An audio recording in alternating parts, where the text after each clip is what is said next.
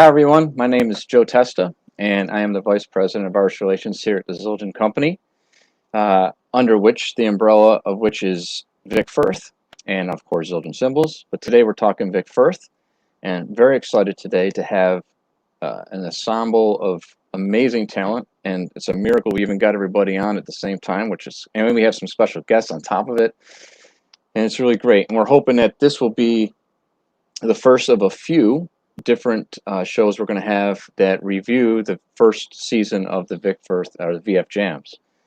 Today we are going to have Stanley Randolph and Mark Guiliana, and of course I'm going to be accompanied by the great Robert Sput Searight, who is going to join me, and we're going to bring you guys through a little backstage stuff and just how all this came about and how we got to those amazing performances that I'm hoping most of you have seen, and if not, please do check it out. So let's not waste any more time. Let me get Spud up here to join me. There he is. There's the man, the legend. How are you, sir? I'm doing great, thank you. How you doing with all this I know we've been talking, but why don't you let everybody know a little bit about how you've been dealing with all this craziness, the coronavirus and everything else that's going on. It's insane. Man, just taking it one day at a time. The pandemic part of it, it's been probably all of it, but the coronavirus part where we stay at home, it's been pretty cool because I get a chance to spend time with the kids that I probably wouldn't have never have gotten. My son in 90 days has went from a size 8 to a size 10 in his diet. So yeah. That's awesome. This has dropped. So yeah, it's been quite a pretty cool thing to witness. Yeah, for sure. Something I've never seen. But yeah. Other than that, I mean, just trying to work together with the community to help educate each other about some of the things that's going on in our country right now, and just try to make do our part to make a difference. Absolutely. Yeah. Yeah. Well, I'm hoping it's kind of crazy. Like I'm excited that we did all this stuff, because not just because it's great, but it seems like now, especially now, like I'm watching some of these clips that we're going to talk about today, and it's bringing back so many great memories, and it just, still gives me goosebumps when I hear it, and I think people need more of that, Yeah. I mean, obviously, that was the spearhead of a lot of great videos to follow. But I just remember that was, looking back and seeing where we are now. I mean, you think it's something you don't want to remember when you think about the chaos. Yeah, totally. What was happening, because we were trying something out. We didn't know how it was going to work out. So yeah. But I know we've talked about not in this way. I'd love to get your perspective of how this all came about. Like, how do you remember it coming about? Like me calling you and the whole thing. Like, give us your perspective of it. Well, what was the name of the show? You've been known for something similar to this. The Groove Night stuff. Yeah. And I think my perspective is like taking that, and so when you talked to me, my juices started flowing the first call we had about it, and I was like, yeah, we could do it. I was like, yeah, and then you was like, we got to get it. I don't really remember how it came up. I was like, yeah, indeed, and I think we were trying to get a whole band full of drummers to do it, and then that's right, you wanted to do it with all the guys being drummers but also playing other instruments too. I forgot about that. Yeah. So I thought that might have been cool, but we couldn't find a whole roster of Vic Firth guys that could do that. Right. Yeah. So that would have been cool if we could have pulled that off, but we couldn't. Yeah. But I thought it'd be cool to take a page out of the snarky, because I've done that before, and just make it about drummers instead of singers. And I think that was on the same line with you, but I thought it was really exciting that you even was thinking that broad, because that was different. Yeah. Well, what happened was we were at Vic, we had been talking a long time about doing some kind of show, And obviously I didn't want to do the Groove Night idea again, you know? And so it was Mark Wessels and Ben Davies and I think Scott Quady, who's running Mission Control today, and a whole bunch of us at the company talking about what can we do, and we were just hashing it out. And it was around that time that I think Snarky did the family dinner stuff. Right. And I was like, man, that would be really cool if we did something like that, where there was a live audience element, but it was still about music, but it let the drummer stretch a little bit, enough where they got a little highlight, you know, they became the focus. And then they were talking, well, how are we gonna do that? But I'm like, well, why don't we just call Sput? I mean, he's done it, you know, like, we're watching the video that we're watching is what we want to try to emulate a little bit. So that's how you got the call. And it's like, you know, like, yeah, let's do it. Oh, that's interesting. I didn't know that. Yeah. Thank you for doing that, by the way. I mean, well, who else are you going to call?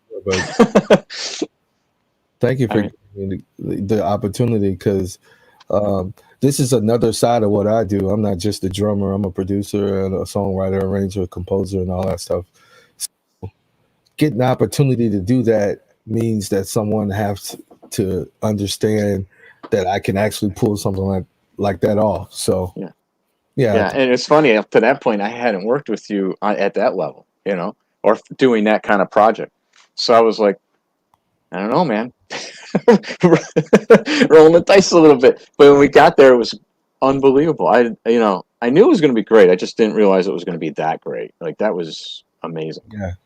Well, I remember seeing you smile, and I knew we were doing an okay job after that. But yeah, that was so good. Stressful 2 days. Yes, it was. Yeah. But it was worth it. It was totally worth it.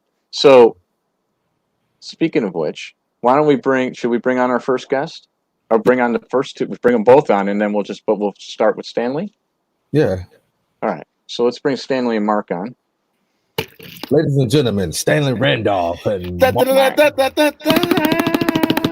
What's up, everybody? What's up, How are you guys? I'm great, man. Yeah, I'm doing good. Cool. I really appreciate you guys doing this with us. No problem. This is pretty dope. Yeah. I'm glad to be a part. So let's start. Actually, before we get going, just give us a little bit of a preview of the call you got from us about doing it. And then once we get the stage set, then we'll dive into Stanley, and then we'll jump onto Mark. Cool. Is that for me? Yeah, you Stanley, you start. I remember it briefly. Sput called me and told me the whole idea that Vic Firth was putting together pretty much an event focusing on the drummer. And from the jump, I thought it was pretty dope. And actually, what's crazy is I knew from the jump. He asked me what I want to do. He told me that it was going to be like horns and percussion players, like a full layout, a full band. And me playing with the band BBC, that's pretty much kind of similar to the kind of setup we kind of have. So it was easy to choose the song, and he took it from there. Honestly, I didn't have to do much.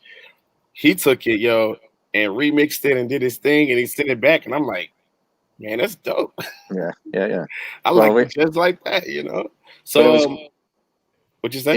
It was great that you just immediately said, yeah, I want to do it. Let's do it. But I mean, Sput is a genius at that. He's known for taking making amazing arrangements. So like he's been doing it forever. I'm sure a lot of people don't know, but even like back in the 90s and early 2000s, Hold on, man. Hold on. People don't know, man, but he was producing a lot of great records back then, man. And people should know about that. Like, so he's been doing this for a while, so he's the man for the job for sure. Yeah.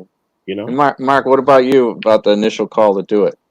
Yes, I mean, similar reaction. I think, Joe, you warned me. It was still in the planning stages, but you just let me in on the idea. And then you said I would be hearing from Sput, so I said, uh-oh. And then yeah, it's Sput, like you said, Joe. It's like I in my life, I can't think of anyone else who could pull this off. Yeah. So In fact, yeah. I remember you saying something to me after. I think it was right before NAMM. So we were at the NAMM show, and I don't know, we were on our way to dinner or something. And I remember you saying to me, "I have so much more respect for that guy, Sput, being Sput, than I even thought I had before. Like after seeing him pull that off, that was just outrageous." Precisely. That Yeah, was pretty it's cool. total trip, and yeah, it was cool because Sput was so open. He's like, all right, if you have anything in mind, just send it over. And like Stanley was saying, it's just sent a couple tracks, and then a couple weeks later, there's a Dropbox folder with a blazing MIDI drum solo and everything. I'm like, what? What happened? What happened? So yeah, it was similar. It was kind of like, it was kind of like it went from agreeing to do it to showing up at the rehearsal, and everything was ready to go. So Yeah. kudos to you guys. Yeah. So all right, let's. Appreciate you, man. Y'all being nice and You know, kind. his square on the screen's gonna start getting bigger and bigger. Yeah, We're gonna be pushed off the stage. Oh man. So why don't we? All right, let's dig into Stanley's tune. But so Well, Stan, I want to ask you a couple of questions, man. Yeah. It's like I know you kind of alluded to it a little bit, but I just want to. I mean, you're known for grooving, so I mean, you built a whole career. So, tell me how important has it been? Has the art of and the element of grooving been for your career, and tell me how it tied into what you wanted to present during this presentation. Oh, that's great. Yeah, because grooving for me, one thing I learned when I moved to LA, I saw a bunch of drummers. And, being from Memphis, I was like one of the top guys in Memphis to get a lot of the calls to do a lot of the work. So I had a certain style of playing. And once I got to LA, I saw so many phenomenal drummers. I was like, that's not my lane. I don't, it's nothing against the chops and nothing like that, but I just know that I didn't want to be one of the drummers that just chop and do all of this stuff. And what I did was I paid attention to a lot of drummers that are famous for just grooving. And what's crazy is I actually looked up millionaire drummers that are famous for just grooving and sitting right there and, make the song coast along. So grooving to me is very important to my career because it's the reason why I am where I am right now. I feel like if I would have been like one of those drummers that are a little bit more choppy, I would have got lost in the sauce. And I'm such a person based on feel. I try not to be so technical about drumming. The grooving is just the better choice, in my opinion. yeah, well, it's not like you don't have chops either. I mean, you throw them in there and you put them in musically really nicely. Like, I appreciate it. Yeah, it's all feel for me, man. What feels right, and also being able to play other instruments, man. It's easier to listen to what's going on. Especially in a room with so many people playing and there's a lot of people singing. I don't need to get in everybody's way. I'm here to keep everybody on track. Yeah. So, what was it like to revisit this song with a slightly new twist? Oh, see, it was great because when we did this, we had already been playing this song or performing the song probably for like 2 years. Now you say we. Who's we and like who wrote the song and all that? The BBC. So what happened was it's crazy. I was actually taking a break from drumming and producing for like 2-3 weeks. And there was this show on Netflix called The Get Down. I think it was Spike Lee and Nas, I think, or that made the show. And it was based off funk and disco and DJs and how hip hop came along pretty much. How they got to rapping on top of open beats. I did the soundtrack, by the way, for that. You really? Yeah. Yo, Yeah. See what I mean? Yeah, it's See? unbelievable. yo, that show is what created that record, man. Because I finished the first season, I got so inspired, and I was like, man, I gotta go to the studio now and just like make something like this for like the BBC, or like this is the wave. It's like funky, it's like hip hop, it's like, you know, whatever. And I get to the studio and and make them pretty much put the record together. And I was like, man, we need lyrics, we need to hear something on it. And it just so happened that Kiki Kite hit me up. And I was like, you know what? She is a cool funk singer, you know, like I can work with her. So I hit her up instantly. It was probably like 3 or 4 o'clock in the evening. I hit her up. She came by the studio. We wrote that song in like 20 minutes, man. Wow. Wrote that song like quick. I couldn't believe it. It was like it was meant. So wrote the song quick, yo, and there you have it. But Well, to play the twist of it, yo, which is like awesome. It's like a breath of fresh air. To play somebody else, you know, twist on the record, you know, it's like open your mind up. I wasn't surprised that you selected that song though. Yeah. Because I think you sent me you gave me 2 choices. Yeah, I think I did. 2 song choices to choose from. Uh-huh. You was like, I was like, which one are you favoring? Pretty much, and you said Honey. Yeah. So, but I wasn't surprised that I was gonna do that, whatever you favored. Uh-huh. But your song is a song that I really didn't do much to at all. I added, and I'm gonna show you guys something that's pretty interesting. You know, it's interesting. I never heard the original, man. So I only know this version. So it's interesting. I'm gonna share my screen. This is the Logic session, and if you look at this right here, wait, are you guys seeing this? Uh-huh. Yeah, we see it. In the arrow moving? I don't see the arrow. You don't see the arrow. Oh, that's horrible. Arrow. But if you look at the green waveforms or MIDI forms on there, that's literally all the parts that I inserted. Wow. So I'm gonna play the intro, right? Uh-huh. So the intro, I'm just gonna play the original. This is the original.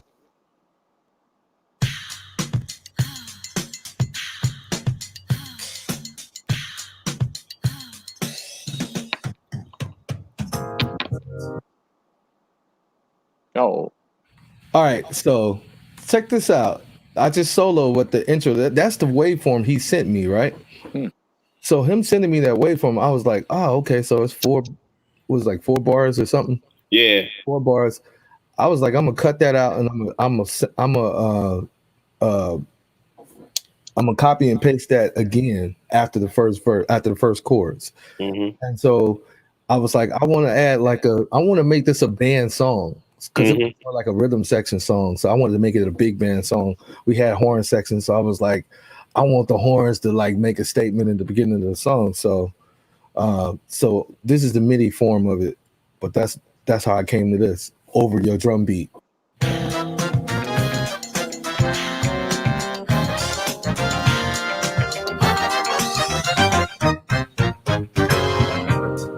Now this is the 3 now. I kept like a little guitar in there. Mm-hmm. You keep me on it with the little things you do. You got the love. So this is all the MP3 right now playing. This is what he sent me. I ain't touched that. It didn't need to be touched.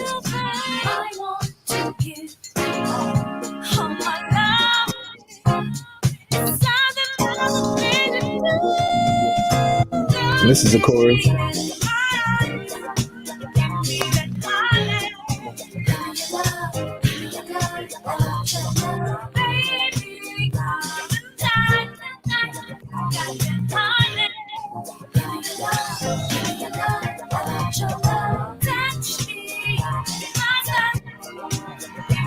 The song is beautiful within itself.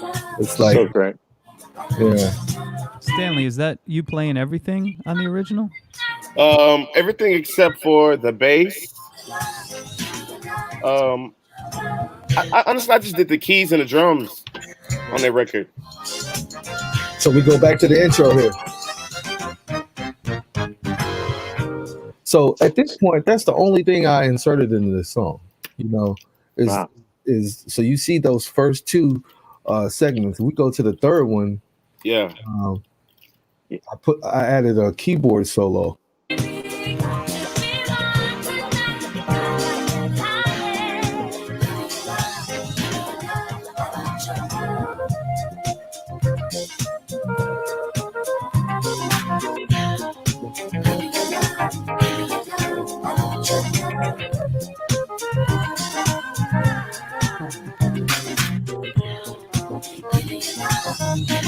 Then we added a little band interlude. Yeah, this is my favorite part of the tune. Yeah, this is the part.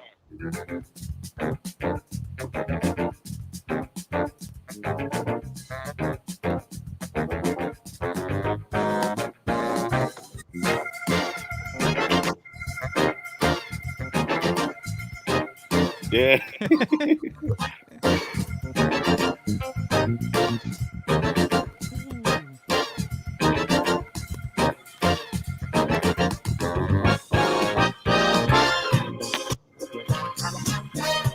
So that's the horn solo right there. So the rest of the song is the actual song, and so this is a lesson to all of the people that arrange songs. Sometimes, you know, sometimes we think we have to rearrange the entire song. You don't. You just have, to be in tune with the song enough to pick out parts that you can add or insert to. And I think the most important part about this is I fell in love with the song, period.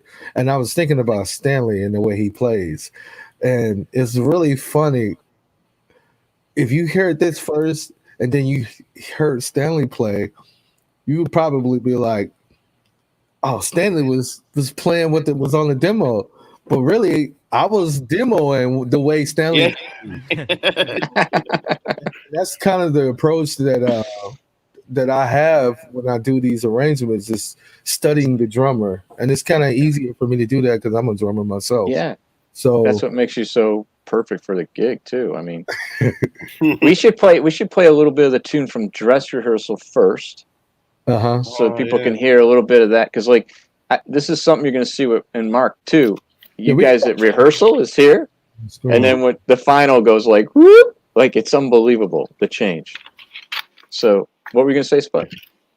No, I was saying that you can stop. I'm finished with the screen now. Yeah. Okay. Yeah. So let's show the tune from dress rehearsal.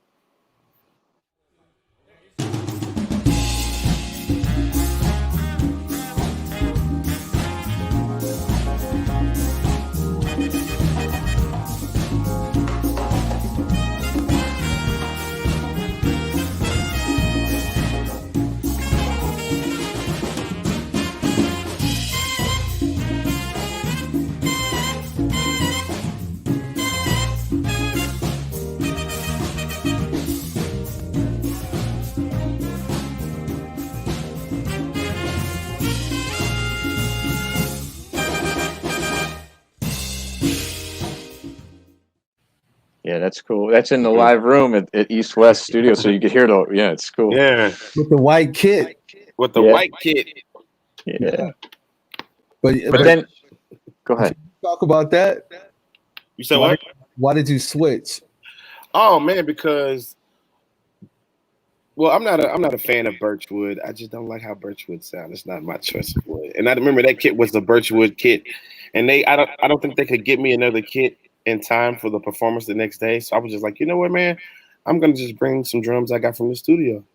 And I remember that was actually the first time I just took oh man, I forgot about few pieces. Yeah, I took a few pieces from different kits I had. Oh, you were stressing out the tech crew, man. Jeff Wallace was losing his mind. He's like, we're not using those drums. I prepped all those drums. We're not using those drums anymore. Where are the drums? I said, I promise you, you won't have to worry about anything because he knows exactly what sound he wants. Crushed it. bringing them out the studio. They already set. They already set. Yeah. They already ready. But So yeah, good. I thought, there's a part, the outro. All right, so just talking about the outro, like there's what we just heard on the demo. The dun, dun, dun, dun, dun, dun. So the idea about that for that section was that the first time we just introduce it, we tease it, and then the second time when we do it, we take it out. Then you actually can do you can stretch on it. And so in rehearsal, we decided that I was going to leave it open as possible. So basically, we could never script what happened that day. Just going to say that first of all. But we went to the outro. My initial idea, like I said, was that to be you to sort of groove solo through all that, and then but there's a section at point like the mark of 610 to 625 where you played 2 and 4, a hardcore 2 and 4, and it just erupted the whole place. Yeah. I want to hear that. Then when we come back, I want you to talk about what in the world was going on in your head to allow this moment to happen for all of us. So Sput, we have that ending of the tune, the outro. We have the dress rehearsal version and then the final version. Do you want to hear them back to back? No, I want to hear the final. The final. Okay, so let's just do the final ending outro.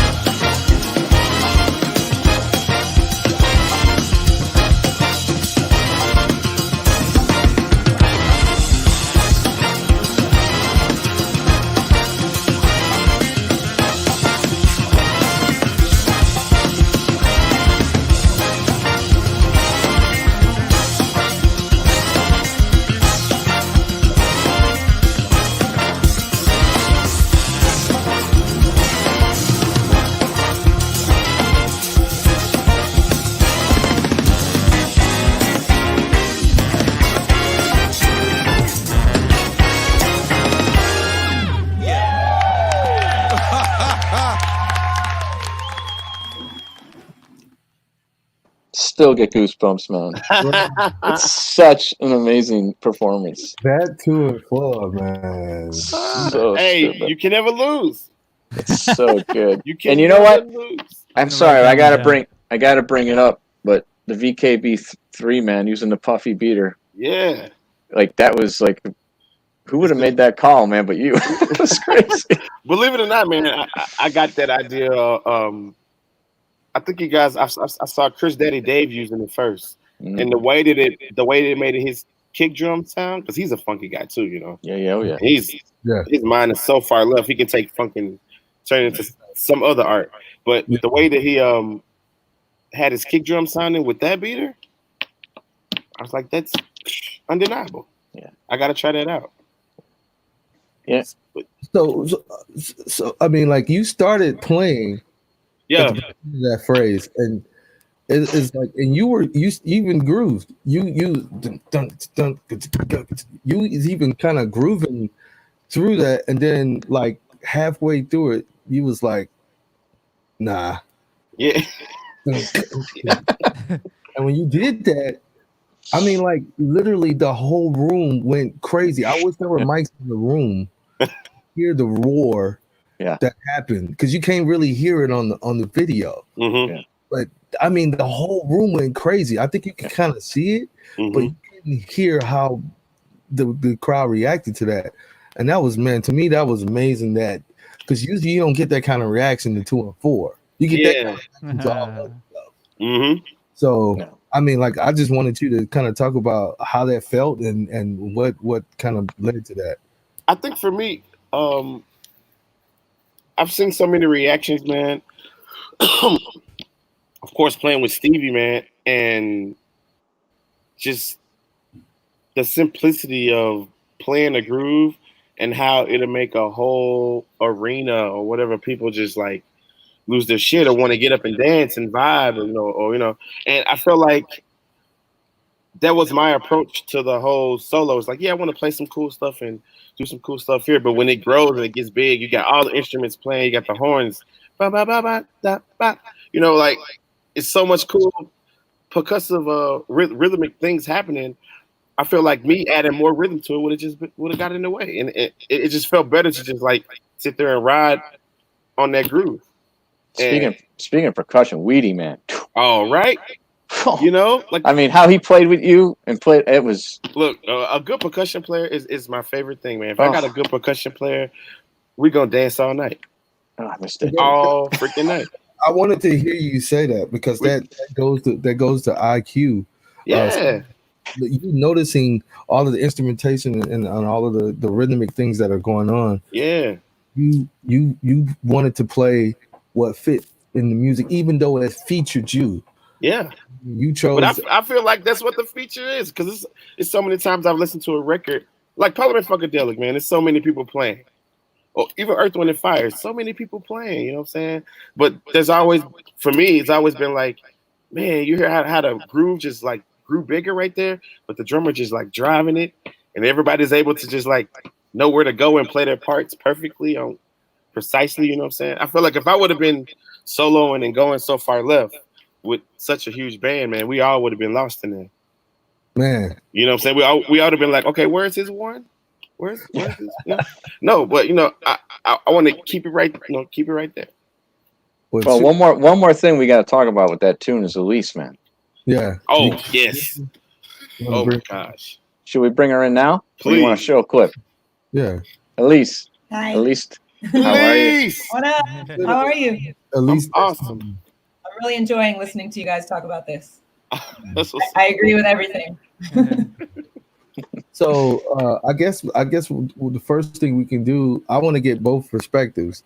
I want to get let's talk to you first, Elise. Hearing the song, and I mean, first of all, it was three wonderful singers that I have had the opportunity to work with for several years, like almost 10 years, dating back to the first time I've worked with these guys. And this was Elise's first time coming around to something like this that I was doing. So I thought the idea, because when we originally talked about this, Joe, it wasn't inclusive of singers. So I threw a monkey wrench in the situation when I added them to the equation. And I was like, don't worry about it. We good.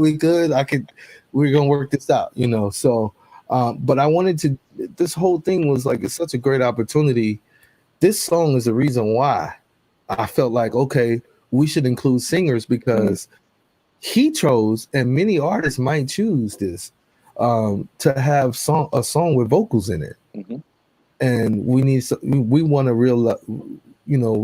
relive the song with vocalists. So I thought this was the perfect song for you.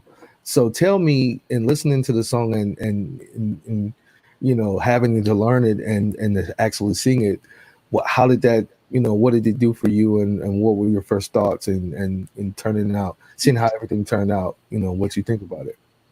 Well, one, I was completely honored that you asked me to do something like this, because as I know I'm a singer, but I've always really valued and appreciated instrumentalists like so much. I've always wanted to be hanging with an instrumentalist. I just want to be a part of it, as much as I can with my voice.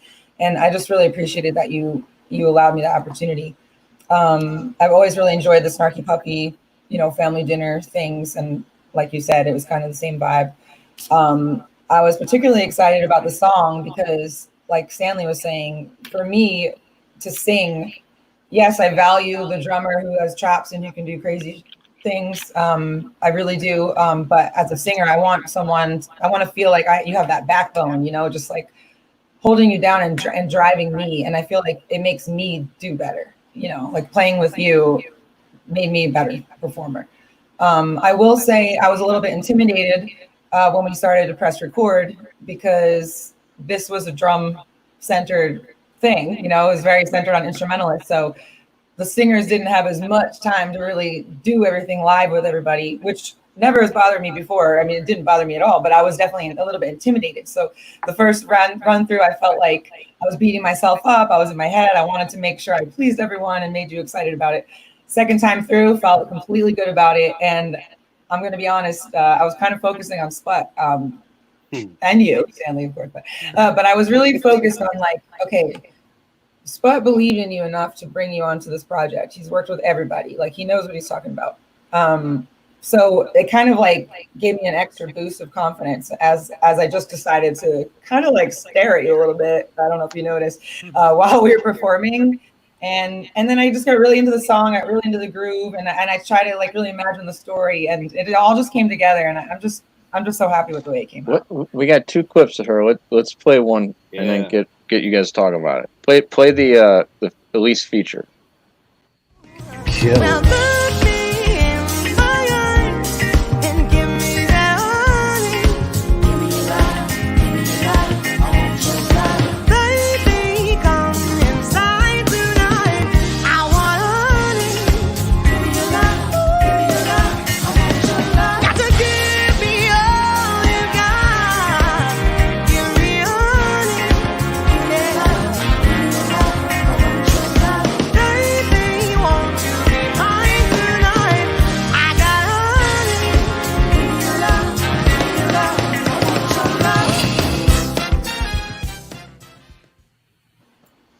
It's like the song was written for you.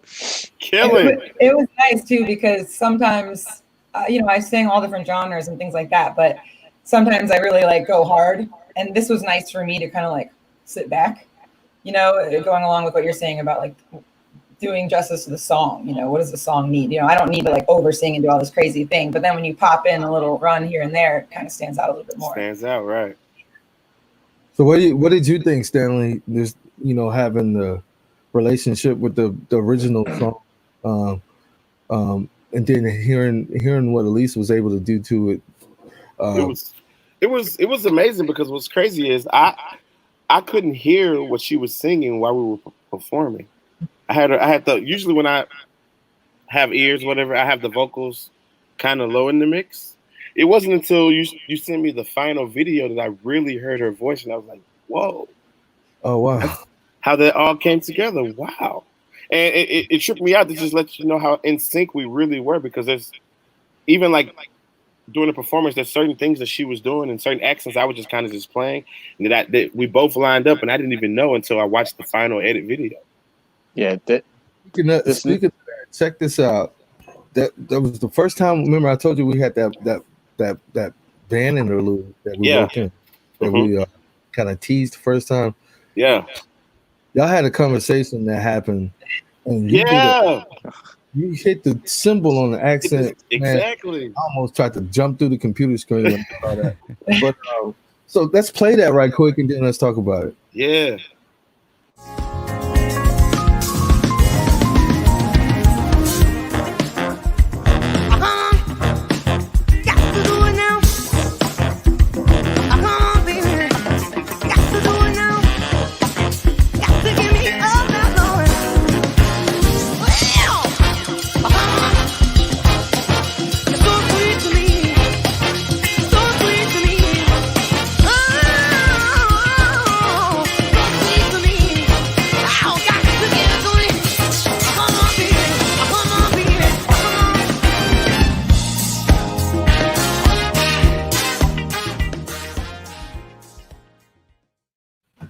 Yeah. Damn. I remember that.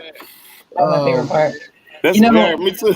So good. A lot of people, I wanted to tell you too that like I still get messages, like probably 2 or 3 messages a day about that performance, talking about everybody, you know. And then they particularly notice that part too. And they're like, how we work together, and they say my voice sounded like a saxophone or something. But I think it's so cool. People all over the entire world, like all different countries, send messages all the time about this. Mm-hmm. It's so cool. It lives on. Right. And see, that's the part in the video. Like, until you sent me the final video, like I didn't even know we were that in sync until I saw that. So you sent it to me. Yeah. Because I had the vocals up. I mean, I had the vocals in my ears, but I didn't have them up. I had them like kind of low. I wanted to hear the horns and the guitar because I usually feed off their rhythmic stuff too, you know. So Yeah. and I think it was like because the vocals were so low in my ear a little bit that space from the groove was open, so I just hit an accent there. But she did the same thing. It's like Bravo. great minds. So think good. alike. Yeah, try to Great tap minds, in. Elise. Try to tap in. Yeah. Thank you. Bravo. Man. Thank you, Elise. Great minds. All right. Alrighty. Well, Amazing. thank Thank you so you, much Elise. for being on. Amazing. Thank y'all. Have a great day. Thank you. Oh yeah, for sure. All right, so Mark's been patiently waiting, very Mhm. quiet, soaking it up. Why don't we move on to Mark now? Yeah. So, Mark, you have to explain your tune because I didn't know until we started prepping for this. I didn't know that your wife wrote this song. Or we'll give the background. I don't know exactly if I'm talking correctly here, so go ahead, give us a little background on this. Yeah, so this song was recorded a few years ago with my jazz quartet, and it was instrumental. But you know, I'm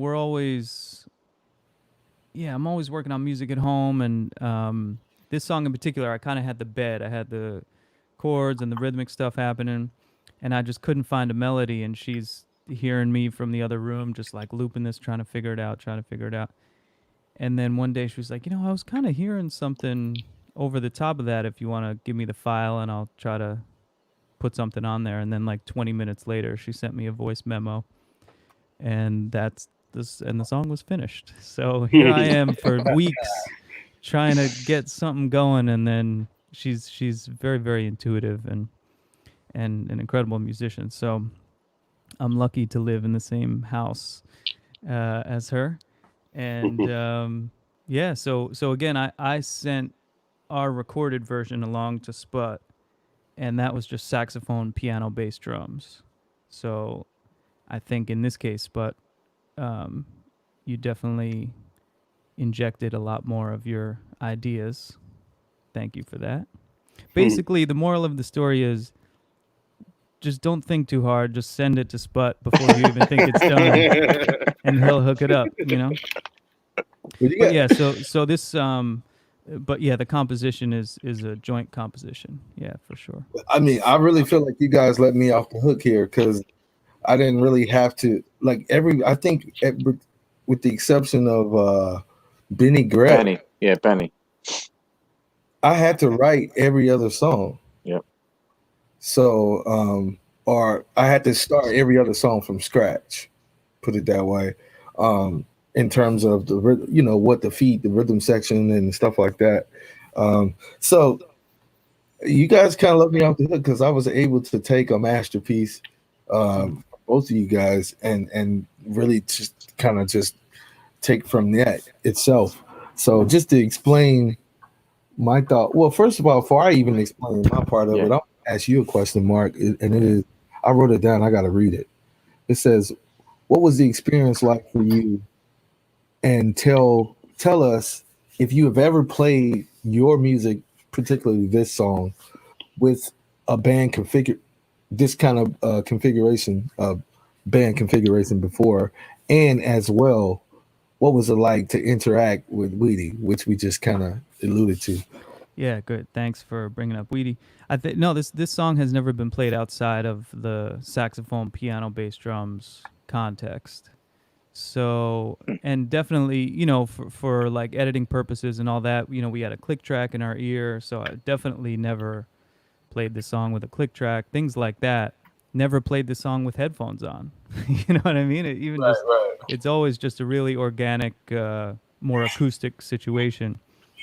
So it was a trip, but Joe, the way Joe was playing was super strong, Joe Cleveland. So that made me feel comfortable. Of course, our pre-existing relationships, but made me comfortable.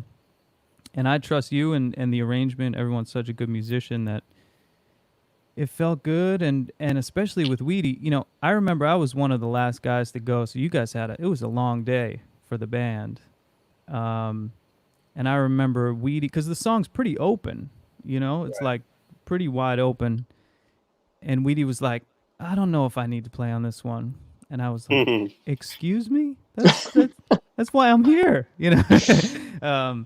So we just, I was like, man, please just play. I want to talk. Like, that was the whole thing. Especially after the melodies, but you left a lot of room. And it was pretty much kind of trio and plus Weedy, you know? So it was wide open. And I, you know, I guess that was like a drum solo, but I didn't want it to be me. I wanted to be talking to everybody and just try to find a nice collective thing. And you started playing some Herbie shit in there. I was like, where did that come from? What? Who is this guy? That obviously. But yeah, it was, I mean, Weedy, you know, I hadn't played with Weedy before, so that was really special. And that sparked a great relationship, and we're in touch all the time. I'm trying to learn from him as much as I can. And yeah, just really fun. I feel like the energy in the room. I wanted to say for Stanley too. Stanley, you referenced like playing in arenas and stuff. Mm-hmm.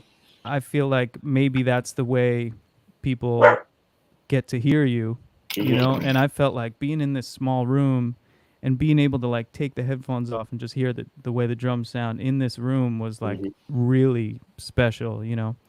But to take advantage of that energy and, you know, seeing what was going on was really, really fun. But I would, before we move on, I would like to know what you thought, what you were thinking when you was witnessing Stanley play. Well, And I mean, yeah, I was fairly. Yeah, because Mark, like you said, you were close to the end, so you saw a lot of people play. I saw a lot of guys.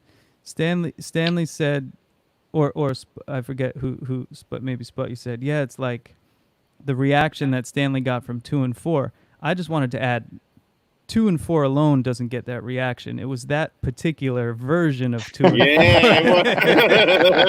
4. So I think, no, to me, it was just like, I guess, you know, the beautiful thing about drums and drummers is it's a really wide map. And I guess if, you know, you and I, Stanley, sit in pretty different places. So for me, I was like, whoa, I'm rarely in the same room as that kind of energy and that spirit. So for me, it felt really special.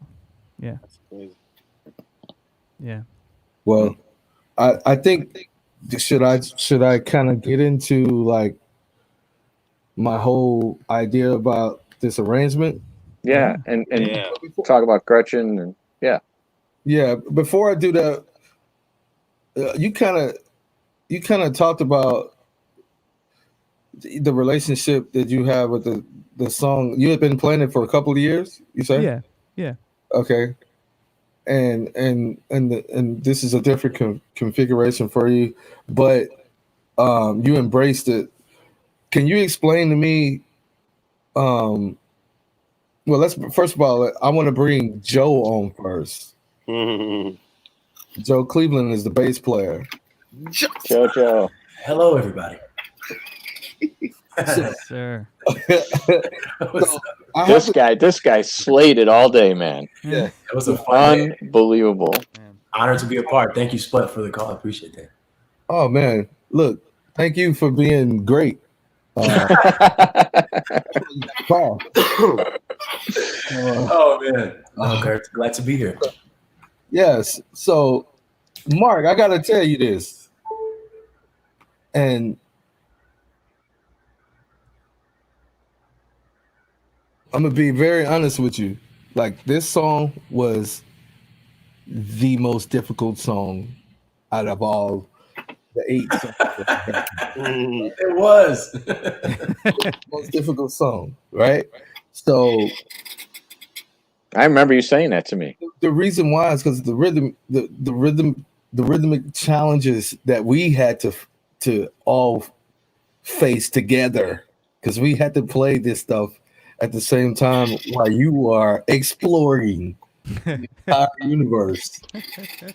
Like, literally, like you were exploring, and and it was like you have such a relationship with time, if you will, that it is so second nature. I feel like, and so subconscious that you don't even realize how one you are with time. So for us learning this, man, we had some challenges and we had some struggles, and I almost like had to I remember one time being in rehearsal and told everybody to take a break. We took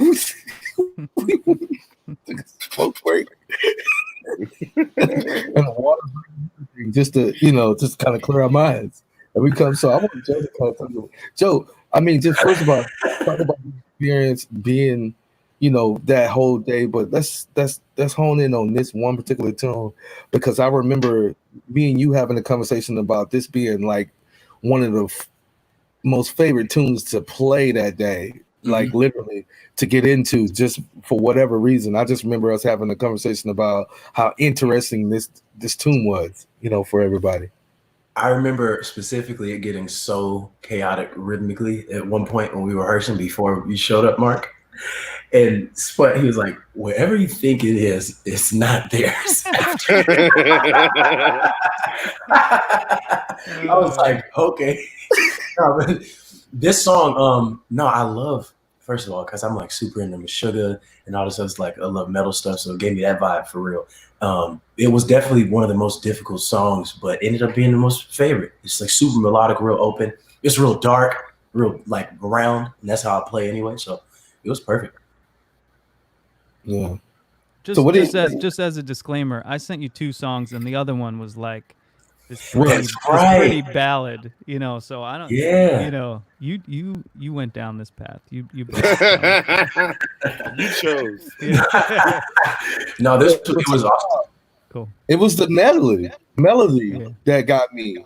Mm-hmm. The melody is what got my ears. So I'm like, okay, melody is this is the song to do, because it showcases a different vibe than any other songs we were doing. Yeah. And I knew that no matter what we chose, you were gonna do your thing, Mark. So I really feel like that I jumped in there and I didn't realize, even as a drummer, I was like, yeah, we can get those hits. But then when we started playing, I was like,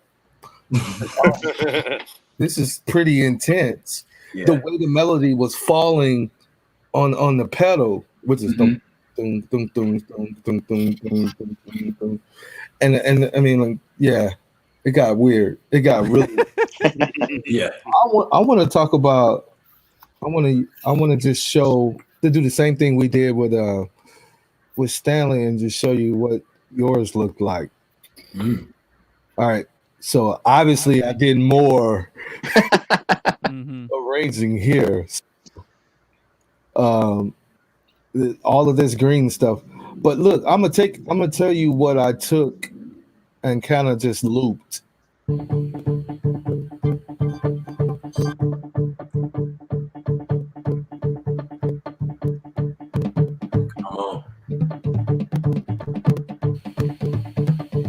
I can hear that all day. Claps is crazy. That threw us off.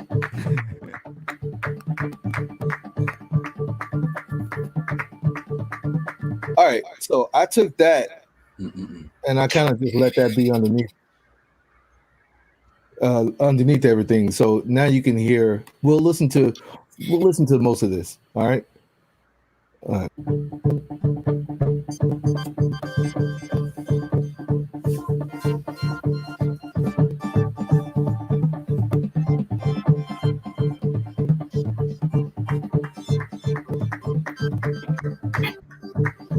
Now I'm going to start the MIDI stuff right now after this loop.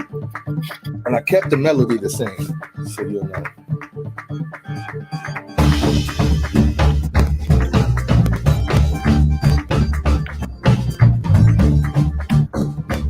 Sampled Mark's drum, so that's Mark's drum, that's not MIDI.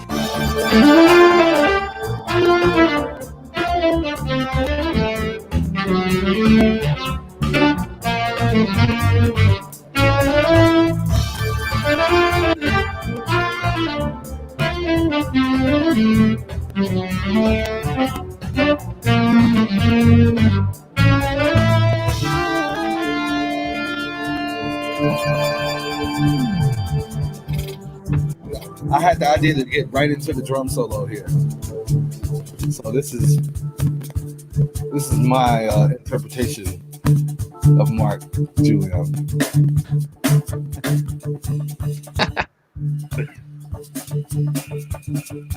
And this is all just keyboard, right? Yeah. No judgment here. Sorry.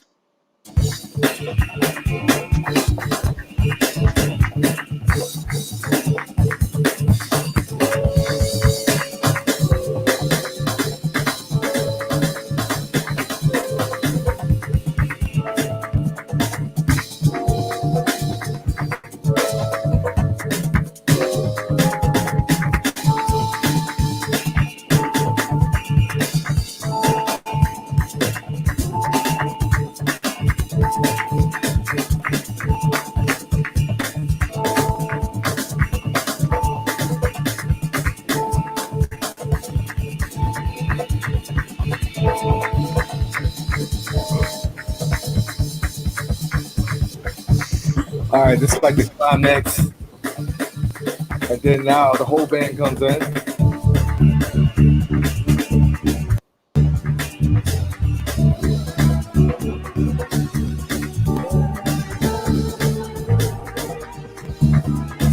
This is the part that was hard, actually. Yep.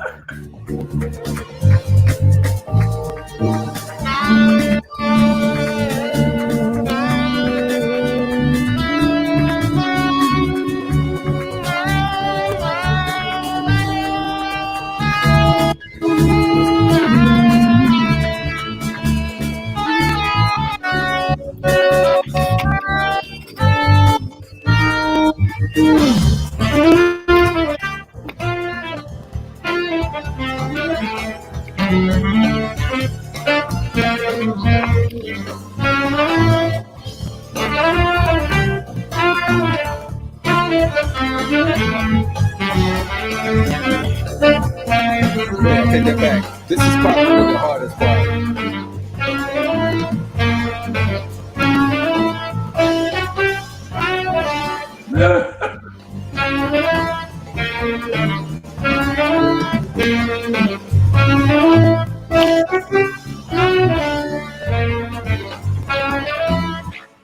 So, look, man.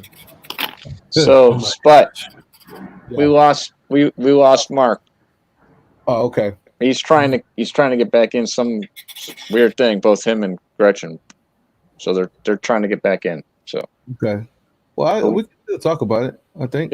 yeah. Until he comes. Well, so the thing to understand on this one, for people that like to get into arranging, my thought process on here was to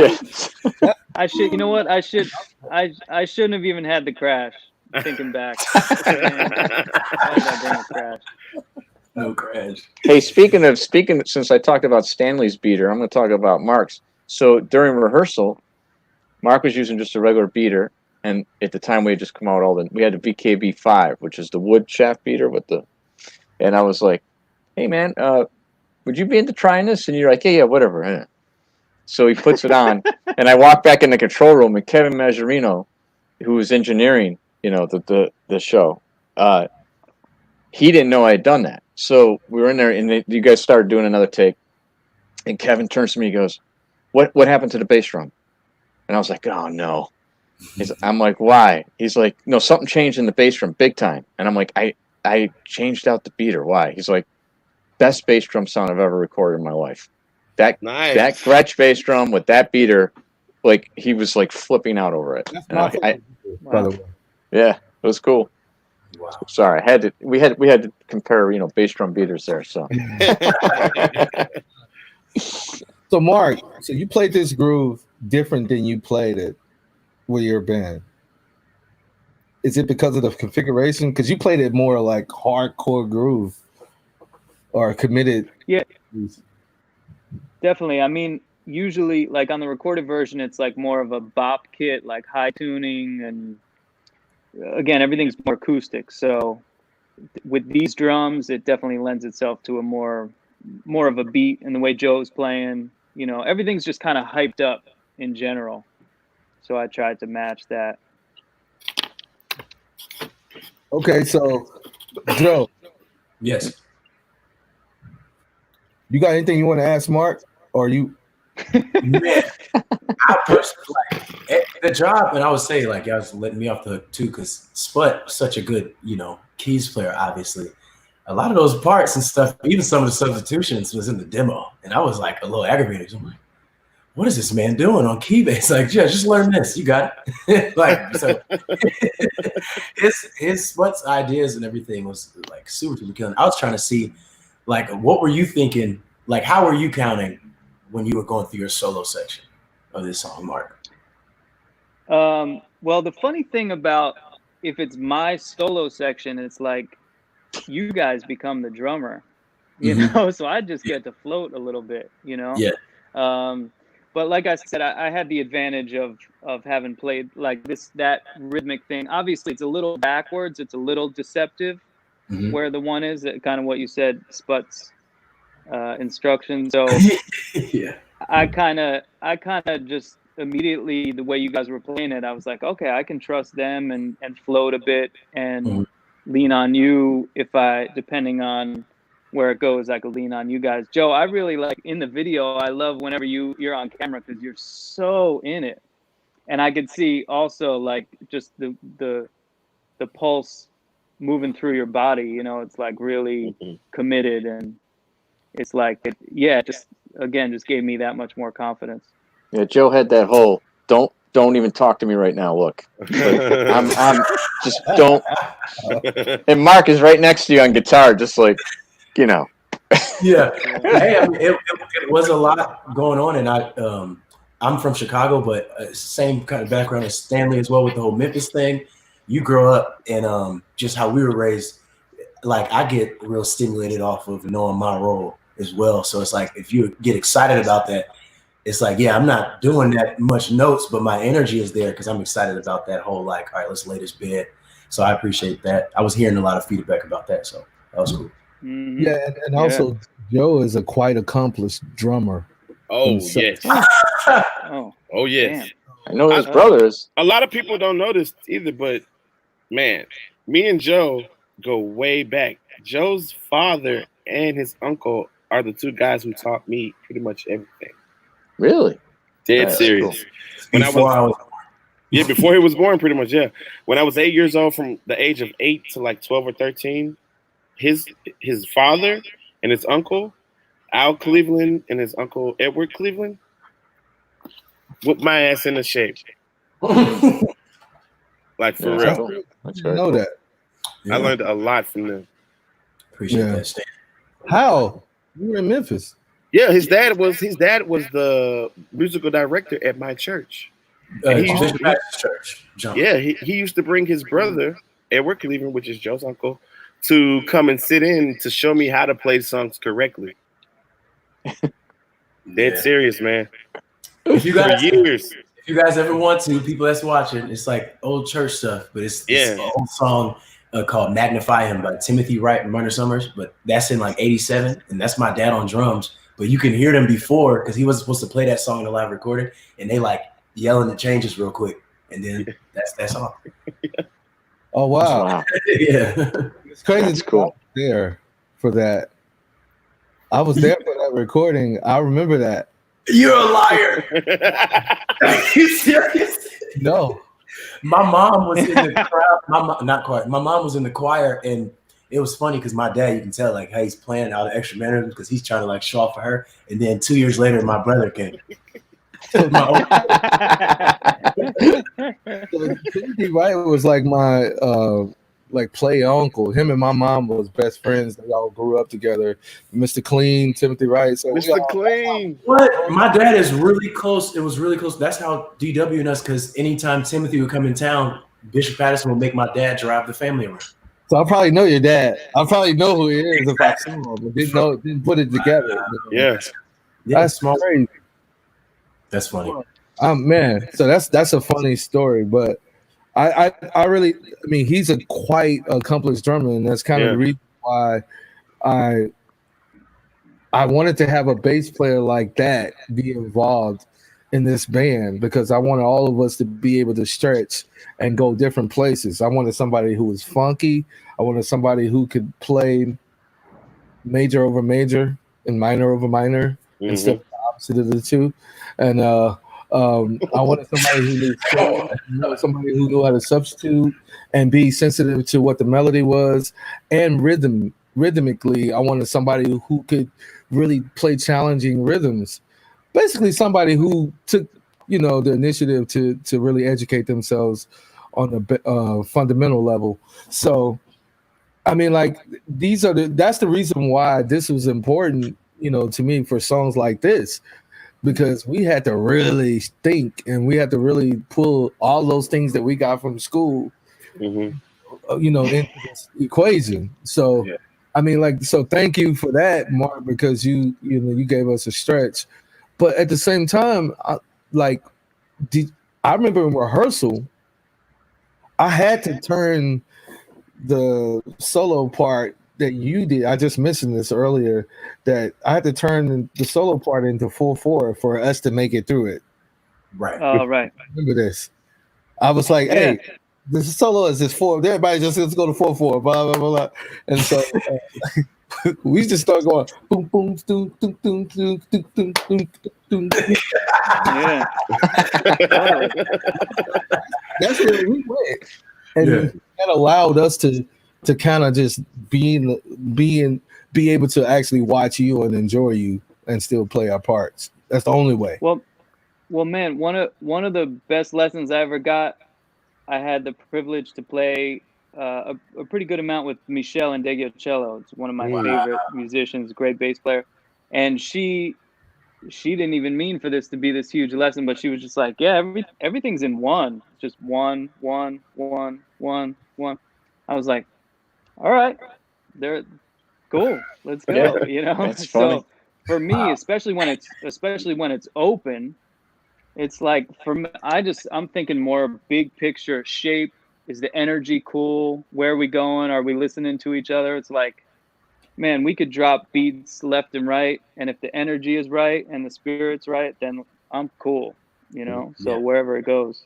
It definitely was right on this one. Bigger on that too, because I do get in kind of my own world, especially like if you have something planned or whatever, and I would notice that I started feeling bad when I would look up, and I'm like, wait, Mark's been looking at me for like 4 minutes. So I look up and just like, I'm here or something, like, But yeah, you definitely, I appreciate that about you too. You've made eye contact with everybody in the room like multiple times.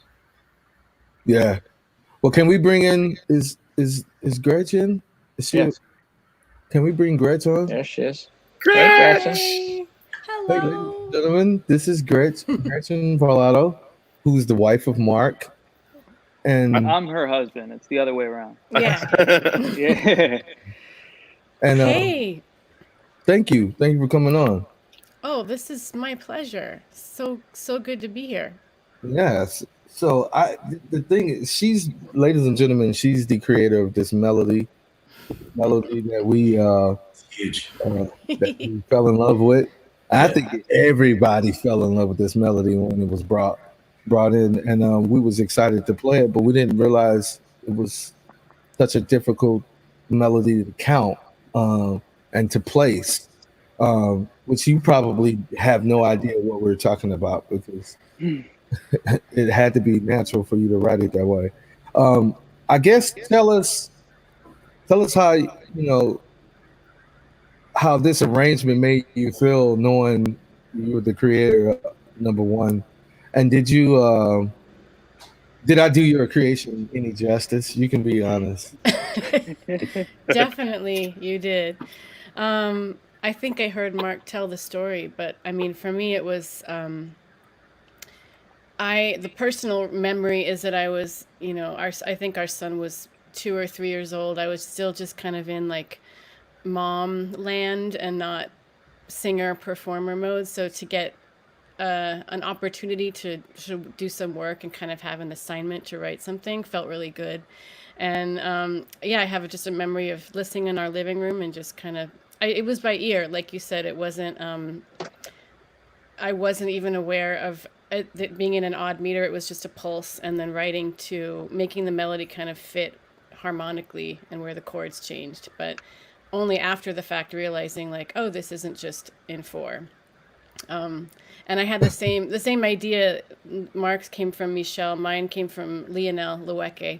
That same advice of like, it's just a pulse. It's one. It doesn't, don't think about it. So, I was just happy to add to it, and then to hear what you did, it just totally, brought it new life. And you added a little bit to that melody, that little ending. I didn't write that. That was you. We should listen to the melody with the horns pulling it.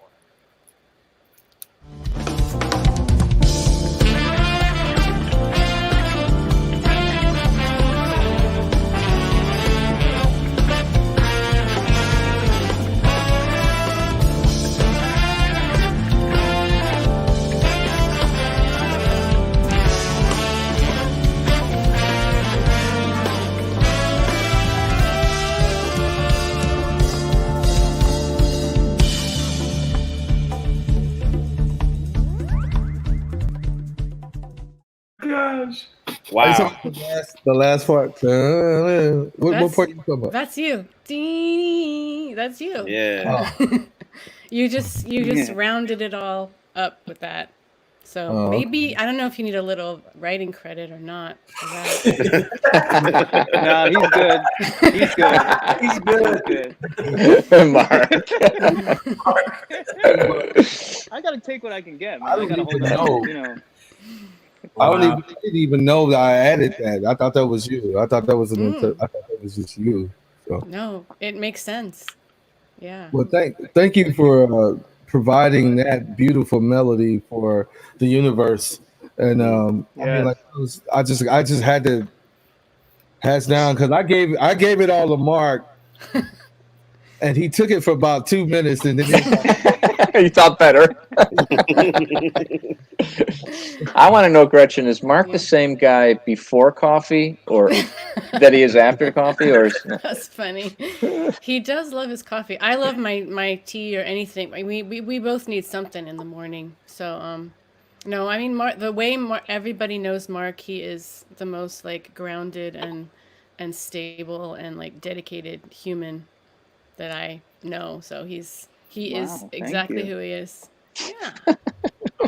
Yeah, I've Mark never heard you say that before. That's very, very nice. What's that? Mark is a lot cooler than you think he is. Like, well, yeah. So, Mark, at the end, at the end of all of this, where do you think? Because I saw you do a performance And would you consider playing this version ever again of the song? Absolutely. I just can't afford to pay all those musicians myself. I would love to. Hey man, I'm nothing. barely Let's do making it. it with a quartet on the road, you know? So Yeah. But I'd want to sing I on would it. love to. I'd want to sing on it Oh, though. I'd like that. We would love to hear now that. that'd be a treat.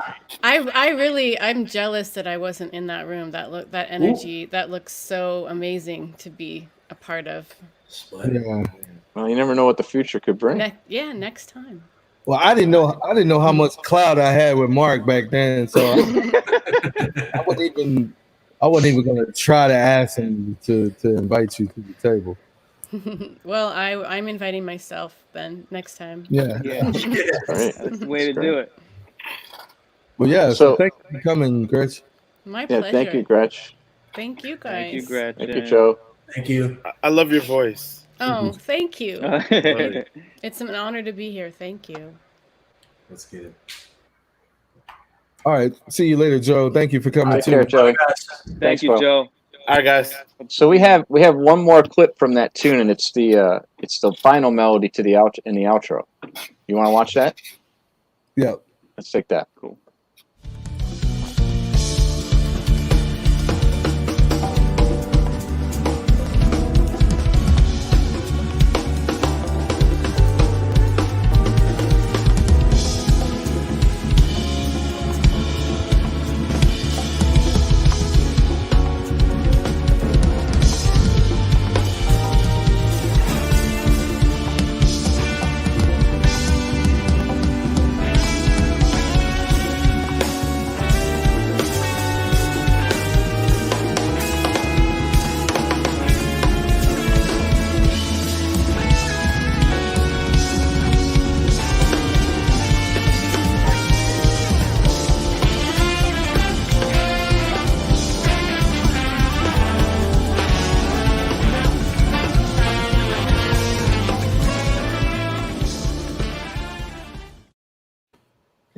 Oh man. I was in the last one when he went boom, boom, Yeah. bing. Yeah. Cut that too short. Beautiful work, man. So good.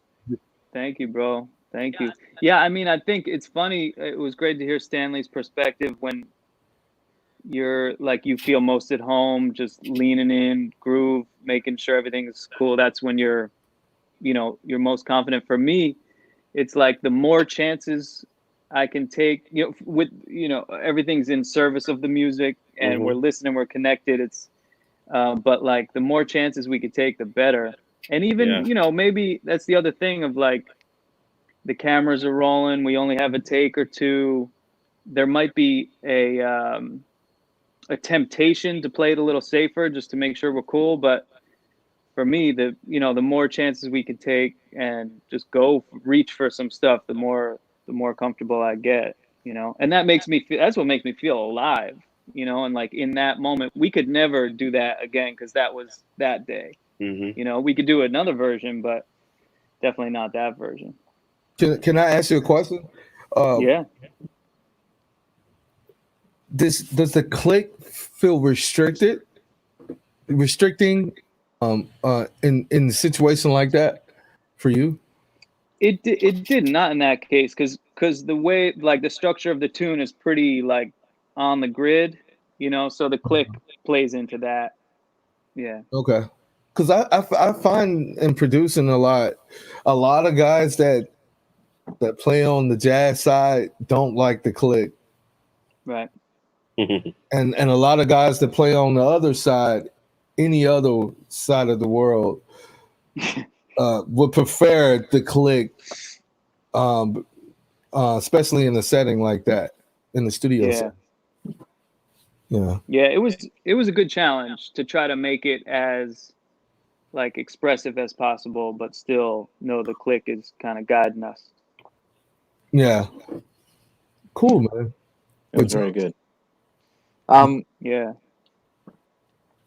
I just gotta say thanks to all three of you guys. I mean, it really means a lot to us at the company to have you guys. I look at it as a family. We really do look at it as family. And the whole idea of this is to create great music, but also to create a vibe. And I wish I could bring the whole world into the room. You know, it's impossible. You try to do it as best you can through video, but the vibe and the energy that you get in that room with that much talent of you guys together is just incredible. I wish the whole world could just focus on that. It would be a much better place. You know what I mean? Mm-hmm. So you are the electricity that powers that vibe. And so is everybody else here at the company. Very honored to be able to work with you guys. It means a lot to us. Oh, man. Thank you, Thank Joe. you. And I'm excited because this is the first one we're doing. We're going to do 3 more, right, Sput? We got 3 more. I think the next one is 2 Yep. weeks from today I think we're doing Benny and Devin is next. Oh, dope. It's July, what do we got here? July 6th? Yeah, July 6th. So that'll be cool. So Nice. I don't want to single anybody out, but I had never seen Devin play before that day, and Yo. I am a different person after seeing him play. Are you kidding me? Wow. Man. ridiculous. Yeah, Everybody brought something, man. you know. Everybody brought Yeah. something that was just so special. You know, it was great. Yeah. So Yeah, I remember seeing you respond to Devin. He was looking at me like, who is this guy? Man. I was like, man, the stuff they play, like the stuff like these new cats are playing now. It's like I just gotta say, man, it's like a sport now. It's like athleticism. yeah. Like I don't understand the stuff that they pull off in the measure that they're able to pull off. Number one, physically, then secondly, mentally. Like, what are you thinking about? And how did you put those two thoughts together to physically do that? You know, but yeah, so it's just phenomenal, and it's actually amazing to watch that, you know, because at first I was like, are we supposed to be playing like this? Is what are we supposed to be doing this? It's like, nah, Doc. I done fell off there, and I thought this is what we supposed to be playing now, man. I'm old school. I'll take it, but it's still amazing to watch, though. You know, it's just a different evolvement, man. And you know, you would never have thought that we could even go further, you know. And that's crazy. That's crazy to see that. And it's not just drummers, it's musicians, like pianists, bass players, trickling over to all kind of instruments, you know, other instruments. So that's pretty cool. So, but I thought it was cool to see Mark flip out over Devin because we had already done that before. Yeah. Right. Been doing that. Yeah. Just think what it's going to be like once everybody gets out of this seclusion. Oh man, everybody's working on stuff right now, man. When they come out, it's going to be who knows what we're going to see. I'm very scared. Yeah. Yeah. But yeah, man. So Joe, we're going to do this again when? July 6th, and it'll be Benny and Devin. And then and just before we say goodbye, I'm going to just set up the tune that's going to close us out. It's going to be what you wanted, Sput, before. It's the end of the tune, of Mark's tune. So nice. So guys, thank you very much again, man. I really appreciate it, and I hope everybody watching enjoyed this because it's a lot of fun to hear the backstories, you know. Yeah, y'all be safe and take care, man. Yeah, everybody be safe, please. For All sure. right, love you guys. Love you guys. I'll Take see care, you. man. All right. Thank you. Let's take them out, Scotty.